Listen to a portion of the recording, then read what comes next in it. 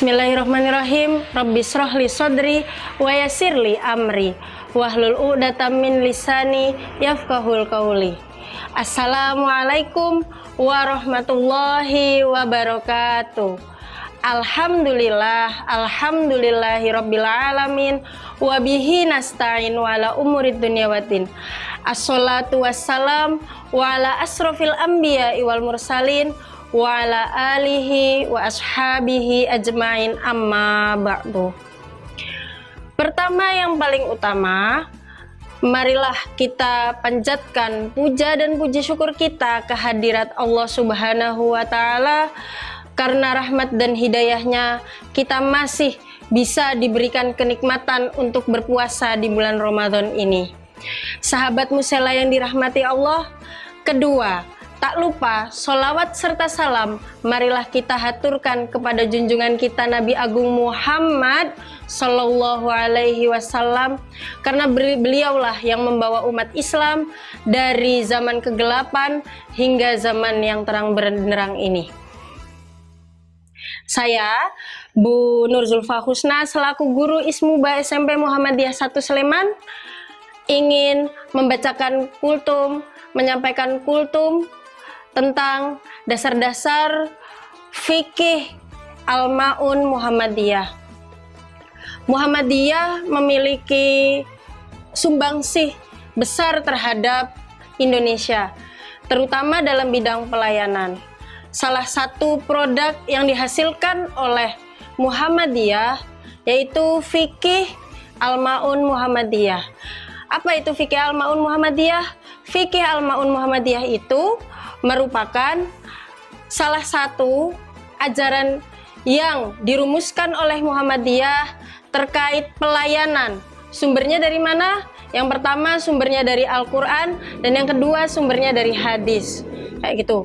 Maksud dari pelayanan di sini menurut Profesor Hamim Ilyas itu berupa pertolongan. Pertolongan untuk orang-orang yang memang perlu ditolong. Baik kesehatan, baik sosial, baik ekonomi, dan lain sebagainya. Nah, salah satu bentuk kajian atau hasil dari layanan yang diberikan Muhammadiyah dalam bentuk pertolongan adalah lembaga atau majelis yang kita kenal sekarang dengan PKU. PKU dahulu namanya berupa pembinaan kesejahteraan umum, seperti itu. Nah, dengan PKU ini banyak masyarakat yang ditolong dalam bidang kesehatan. Nah, dasar mula PKU ini ada itu berawal dari Kiai Haji Ahmad Dahlan merumuskan atau memikirkan dasar-dasar ayat Al-Quran, salah satunya Al-Ma'un. Nah, dari dasar Al-Quran tersebut, Kiai Haji Ahmad Dahlan membuat gerakan. Jadi setiap gerakan atau ajaran yang dilandasi oleh Muhammadiyah itu berasal dari gerakan-gerakan praksis yang dilakukan oleh Kiai Haji Ahmad Dahlan. Pertama, Kiai Haji Ahmad Dahlan memaknai bahwasannya yang namanya orang berislam, yang namanya orang beriman itu tidak hanya membaca Al-Quran saja, tetapi yang dinamai orang Islam, yang dinamai orang beriman itu membaca, memahami, serta mengamalkan. Nah, pada saat itu Kiai Haji Ahmad Dahlan mengajarkan yang namanya surat Al-Ma'un. Jadi setiap hari beliau mengajarkan surat Al-Ma'un itu dalam kurun waktu 4 bulan berturut-turut. Selama 4 bulan berturut-turut itu, murid-murid Kiai Haji Ahmad Dahlan itu belajar yang namanya surat Al-Ma'un. Sampai-sampai muridnya bertanya, "Kiai, kok setiap hari belajar surat Al-Ma'un? Kok nggak ganti surat? Kenapa?" Kayak gitu. Jawaban Kiai Haji Ahmad Dahlan sederhana. Apakah kalian sudah mengamalkan surat Al-Ma'un tersebut? Jawaban dari muridnya, belum. Oke, kalau memang kita belum melaksanakan atau mengamalkan surat Al-Ma'un tersebut, mari kita amalkan bersama-sama. Setelah dari diskusi tersebut, Kiai Haji Ahmad Dahlan dan murid-muridnya mencari yang namanya anak yatim, mencari orang-orang miskin. Orang-orang miskin itu baik yang memiliki tempat tinggal ataupun yang tidak memiliki tempat tinggal. Nah, selain itu, Kiai Haji Ahmad Dahlan dan murid-muridnya membawa anak yatim tersebut pulang ke rumah. Dia berikan makan, dia berikan pakaian, dia bahkan ada yang dijadikan anak asuh seperti itu. Nah, bagaimana dengan orang miskin? Orang miskin tersebut tetap tinggal di rumahnya, yang tidak punya rumah tetap tinggal seperti gelandangan. Namun oleh Kiai Haji Ahmad Dahlan ini diberikan banyak pertolongan. Nah, model-model yang dilakukan Kiai Haji Ahmad Dahlan ini hingga saat ini masih dilakukan oleh Muhammadiyah. Nah, makanya keberadaan Muhammadiyah ini sangat penting untuk Indonesia, karena tanpa ada Muhammadiyah mungkin banyak siswa-siswa yang tidak sekolah, banyak orang-orang yang mati kelaparan, seperti itu. Karena terkait pendidikan, sekolah Muhammadiyah memiliki tingkat jumlah yang cukup banyak. Jadi ketika daripada sekolah negeri seperti itu. Nah, itu pentingnya keberadaan di Muhammadiyah di Indonesia. Karena Muhammadiyah itu memberikan layanan kesehatan, dan dasar layanan kesehatan itu berupa gerakan praksis yang dilakukan oleh Kiai Haji Ahmad Dahlan. Dari hasil perenungan Kiai Haji Ahmad Dahlan bersama murid-muridnya selama 4 bulan dalam mengamalkan surat Al-Ma'un.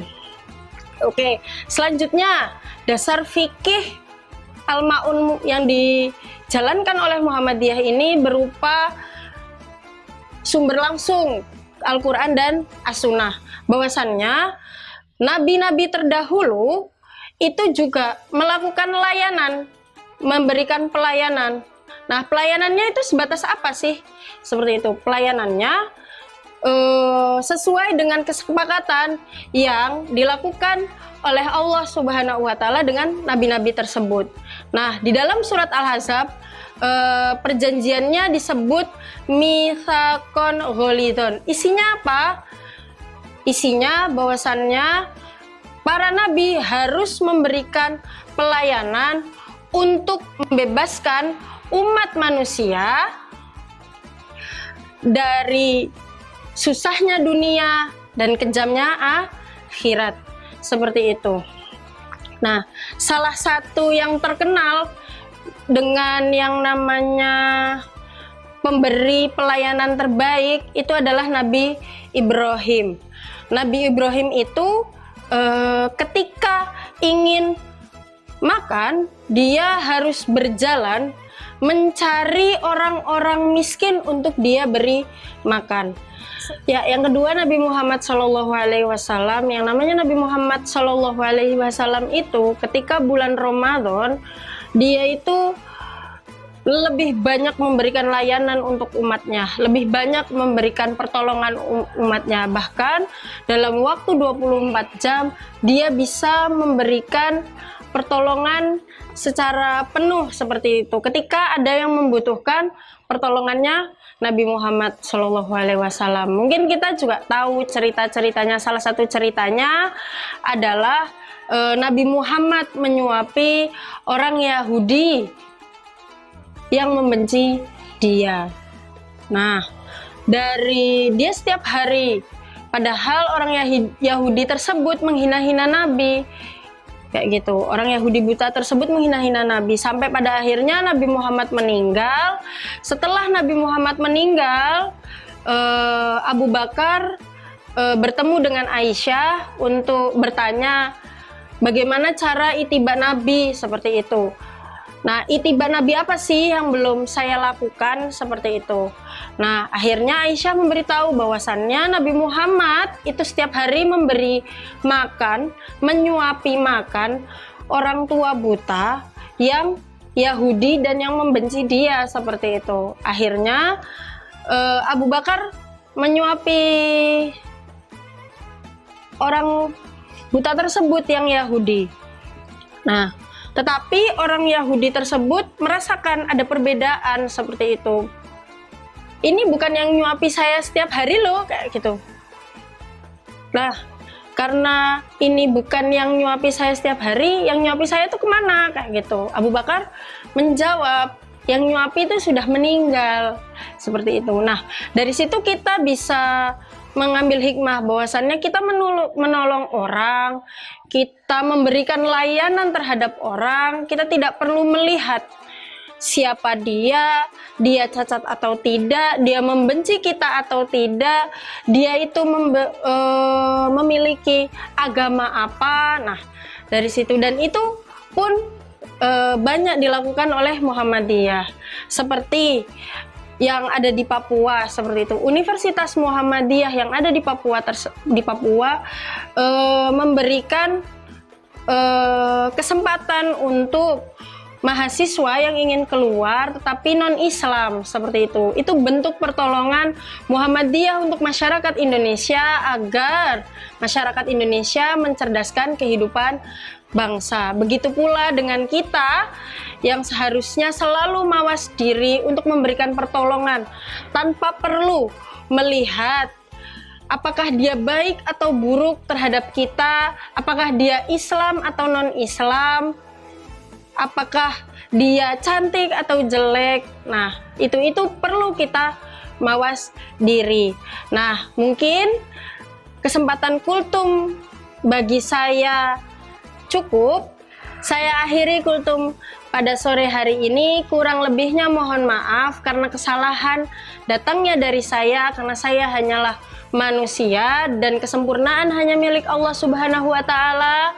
Akhirul kalam, billahi fi sabilil haq fastabiqul khairat. Nun wal qalami wa mayasturun. Wassalamualaikum warahmatullahi wabarakatuh. Selamat berbuka puasa sahabat musela yang dirahmati Allah.